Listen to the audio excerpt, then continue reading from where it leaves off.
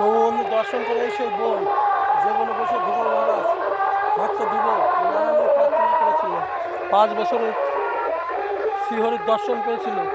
এই সেই বন দর্শন করো, চারিদিকে অজস্র বন আর বন। আমরা বনের মধ্যে দিয়ে যাচ্ছি, দর্শন করো।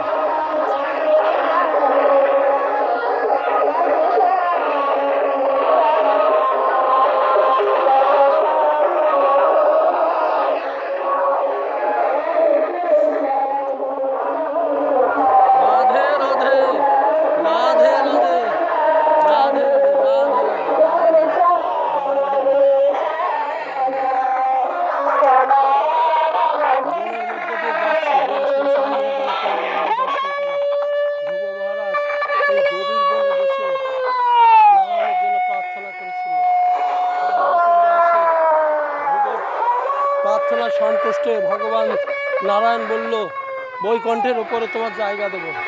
তাই 32 বছর রাজত্ব করেছিল ধ্রুব মহারাজ। রাধে রাধে রাধে রাধে।